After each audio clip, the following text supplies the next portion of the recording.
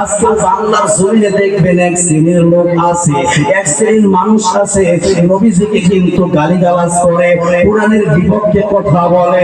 ও মুসলমান ভাইরা রে আমার, এমন মানুষ পৃথিবীতে আছে না নাই? আরেকটু আওয়াজ দিয়ে বলেন আছে না নাই? এইবার মোর আলোচনার মধ্যে ঢুকে যাবো রে বাবা। এখন পর্যন্ত যারা রাস্তা নেবে দোকানপাটে যারা আড্ডা মারতেছো, জলদি করে জান্নাত বাগানে ঢুকে যাও, জান্নাতি হইতে পারবে তারা, কোরআন হাদিসের কথা শুনবে যারা। আল্লাহ পাক রব্বুল আলামিন কোরআনুল কারীমের মধ্যে করে দিলেন ঘোষণা। ও মুসলমান ভাইরা, মুসলমান বাবাজিরা আমার, আল্লাহ পাক রব্বুল আলামিন কোরআনুল কারীমের মধ্যে সুন্দর করে জানিয়ে দিলেন। আল্লাহ রাব্বুল আলামিন বলেন, এই পৃথিবীর মানুষেরা তোমরা সুন্দর করে জান্নাতের বাগানের মধ্যে বসে যাবে, ওইটা কিন্তু কোন দুনিয়ার জমিনের বাজানো হবে না। এই জন্যই মুসলমান ভাইরা রে আমার আপনার নবী, বিশ্ব নবী জনাবে মুহাম্মদুর রাসূলুল্লাহ সাল্লাল্লাহু আলাইহি ওয়াসাল্লাম কিন্তু আমার আপনার জন্য এখনো কিন্তু উম্মতের মায়ায় কান্নাকাটি করে, এখনো কিন্তু কাঁদতে আছেন। হাদিস যারা আছেন তারা নবীজির রওজা মুবারক দেখছেন। আপনাদের খেদমতে আরো করে বলতে চাই বাজানগো, আপনাদের খেদমতে আরো করে বলতে চাই যুবক ভাইরা, আমার আপনার নবী, সেই নবীকে কাফের মুশরিক বেঈমানের বাচ্চারা কিন্তু পছন্দ করে নাই। আজকে বাংলার জমিনে দেখবেন এক শ্রেণীর লোক আছে, এক শ্রেণীর মানুষ আছে নবীজিকে কিন্তু গালিগালাজ করে, কোরআনের বিপক্ষে কথা বলে। ও মুসলমান ভাইরা রে আমার, এমন মানুষ পৃথিবীতে আছে না নাই? আরেকটু আওয়াজ দিয়ে বলেন আছে না নাই? ও মুসলমান ভাইরা রে আমার, বিশ্বনবীকে কাফের মুশরিক বেঈমানেরা চক্রান্ত করতে থাকে, চক্রান্ত করতে লাগতেছে।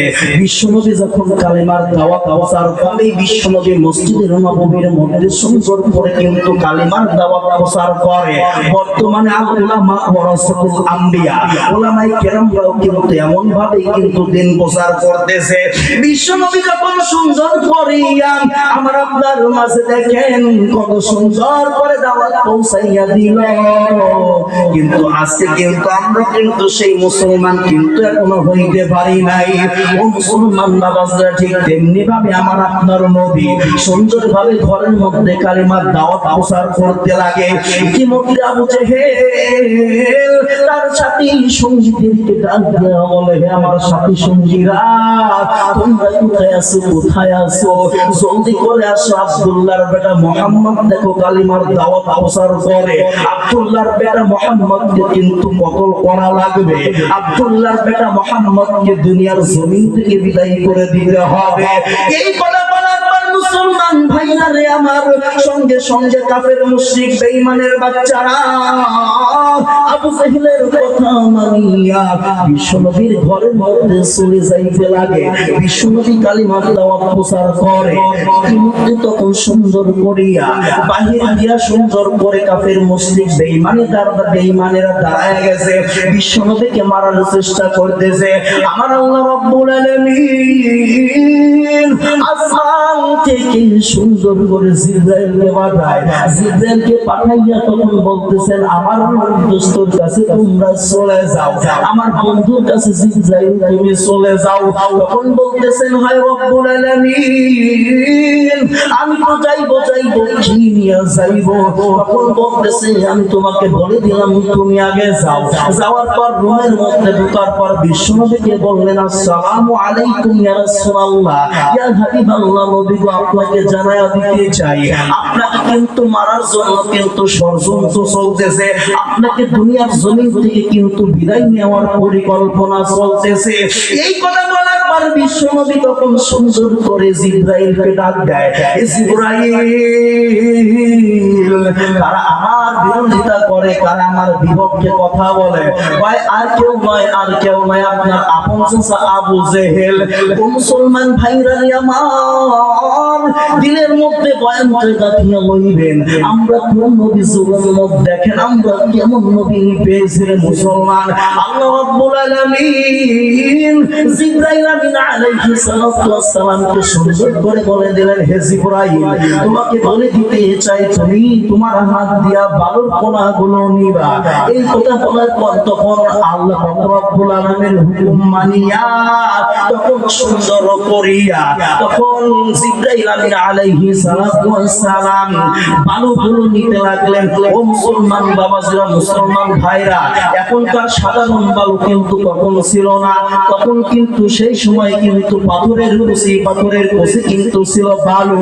এই কথা বলার পর তখন জিবরাইল আমিন আলাইহিস সালাতু ওয়াস সালাম সঙ্গে সঙ্গে বিশ্ব নবীকে বললেন, ও নবী গো, আমি আপনাকে বলে দিতে চাই গো নবী, এই দেখেন সুন্দর করে এর মধ্যে এই বালুর মধ্যে আপনি সূরা ইয়াসিনের এক মুমিন পড়ে তেলাওয়াত করে সুন্দর করে ফুঁক দিয়া দিবেন। আমার আপনার নবী, দয়ার নবী, মায়ার নবী তখন সুন্দর করে সূরা ইয়াসিন তেলাওয়াত করিয়া তখন ওই বালির মধ্যে তখন সুন্দর করে ফুৎকার দিয়া দেয়। জিবরাইল আমিন আলাইহিস সালাতু ওয়াস সালাম সুন্দর করে ওই বালুগুলো ওই কাফের মুশরিক বেঈমানদের চোখের মধ্যে ঢুকা দেয়। ইতিমধ্যে আমার আল্লাহ রাব্বুল আলামিন আসমান থেকে জিবরাইলকে বলেন, জিবরাইল আমার নবীকে বের হয়ে চলে যাইতে বলো। তখন সঙ্গে সঙ্গে মুসলমান ভাইরা রে আমার তখন বিশ্বনবী ঘর থেকে বের হয়ে দৌড়াইয়া আবু বকর সিদ্দিক রাদিয়াল্লাহু তাআলা আনহু ওই সাহাবীর বাড়ির দিকে চলে যায়। ও মুসলমান ভাইরা রে আমার, নবীকে দেখেন কেমন মহব্বত আমার আপনার করার দরকার, কিভাবে সুন্দর করে ভালোবাসা দিবেন। এই কথা বলার পর তখন হাঁটি হাঁটি পা পা করে সুন্দর করে তখন বিশ্বনবী আবু বকরের বাড়িতে চলে যায়। তার এক মুহূর্তে মুসলমান আবু বকরকে আমার আপনার নবী বিশ্বনবী 6 মাস আগে বলছিলেন, হে আবু বকর, আমার কিন্তু মক্কা থেকে কিন্তু মদিনায় হিজরত করতে হইতে পারে। আমি কিন্তু মক্কা থেকে জন্মভূমি মাটি আমার মা বাবার বাড়ি, আমি এইটা ছেড়ে কেমনে যাইব? কিন্তু আমার আবু জাহেলের জন্য আমার যাইতেই হবে, কারণ আমাকে তারা পছন্দ করে না। ও মুসলমান ভাইরা আমার, এই কথা বলার পর তখন আবু বকর বলতেছে, ইয়া রাসূলুল্লাহ, ইয়া হাবিবাল্লাহ, নবী আমি আপনাকে বলে দিতে চাই গো নবী, আমি আপনাকেই বলতে চাই, এই জায়গায় আপনি ডাক দেওয়ার দরকার নাই। আপনি যদি আমাকে ডাক দেন, আমার বাচ্চারা ঘুমায়া রয়েছে, আমার বাচ্চারা কিন্তু উঠে যাবে। এই কথা বলার পর বিশ্বনবী বলতে, আবু বকর চলো মক্কা থেকে তো ছেড়ে আসছি, মদিনার দিকে রওনা হব, মদিনার দিকে যাইতে হবে। ও মুসলমান ভাইরা রে আমার, এই কথা বলার পর তখন সঙ্গে সঙ্গে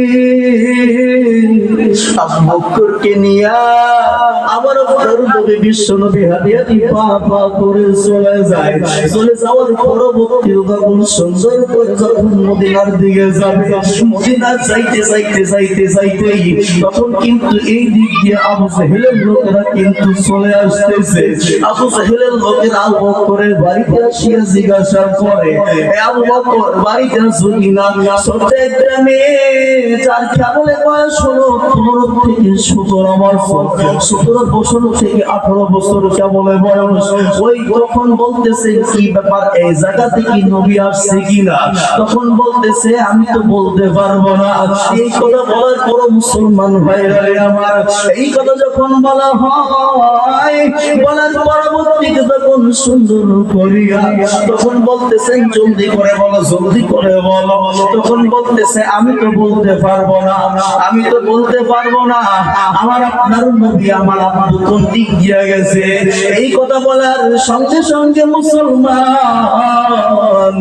সেই কথা বলার সঙ্গে সঙ্গে তখন ওই ছোট্ট মেয়ে আসমাটাকে গলা চিপ দিয়া ধরিয়া বলতেছে, তোকে কিন্তু এখন মেরে ফেলবো, সত্যি কথা বল, জলদি করে বল। ও মুসলমান ভাইরা আমার, দেখেন ইমান আনলে দেখেন কত কষ্ট করতে হয়। আমি সংক্ষেপে ছেড়ে দিব, যেহেতু আপনাদের মেহমান চলে আসছে, সংক্ষেপেই আলোচনা সমাপ্ত করে দিব। আবু জাহেলের দলের লোকেরা তখন ওর বাড়িতে পাইল না। তখন আবু বকর তখন নবীকে ডাক দিয়া বলে, নবী ও দয়ার নবী আমার, ও মায়ার নবী আমার, আমার ছোট্ট মেয়েটাকে না জানি মারতেছে। তখন বলতেছে, আমি নবীকে কি ফালাইয়া তুমি চলিয়া যাইবা? তখন বলতেছে, না না, আমি আবু বকর আপনাকে ছাড়তে রাজি নাই। আমার বিয়ে যদি কতল হয়ে যায়, আমার বিবিদেরকে যদি মেরেও ফেলে, তাও আমি আপনার নবীকে ধুইয়া আমি এই মুহূর্তে যাব না। আমি মদিনার দিকে চলে যাইতে চাই। মুসলমান ভাইরা রে আমার, এই কথা বলার পর তখন সুন্দর করে সঙ্গে সঙ্গে চলে গেল। যাওয়ার পরবর্তী তখন উঁচু পাহাড়, ও মুসলমান ভাইরা রে আমার, উঁচু পাহাড়ের মধ্যে তখন চলে যায়। চলে যাওয়ার পর আবু বকর সিদ্দিক রাদিয়াল্লাহু তাআলা আনহুর পাশে বিশ্বনবী বিশ্রাম করবে। পরের দিন সকালবেলা কিন্তু রওনা হবে।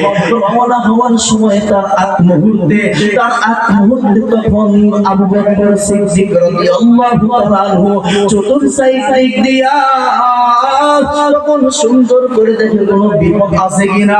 তখন দেখতেছে না না, কোনো বিপদ নাই। নিজের জামাটা খুলে পর্যন্ত তখন বিশ্ব নবীকে টেকেও দেওয়ার জন্য, যাতে নবীজিকে কেউ ষড়যন্ত্র করে না মারতে পারে, এই কারণে তখন সুন্দর করে চতুর্দিক দিয়া বিপজ্জনক সবকিছু সুন্দর করে ফেললেন।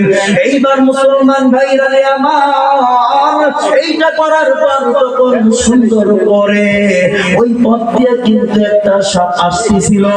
মুসলমান বাবাজিরা সংক্ষেপে সেরে জীবজীবত আলোচক স্টেজের মধ্যে চলে আসছে।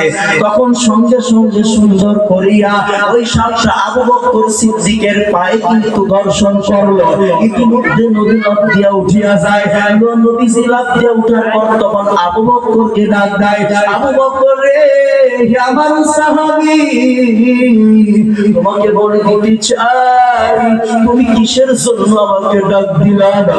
তখন বলতেছে, নবী আপনি যদি ঘুম থেকে উঠে পড়ে, আমার তো তখন কিন্তু আমি আল্লাহর কাঠগড়াই হিসেব দিতে পারবো না।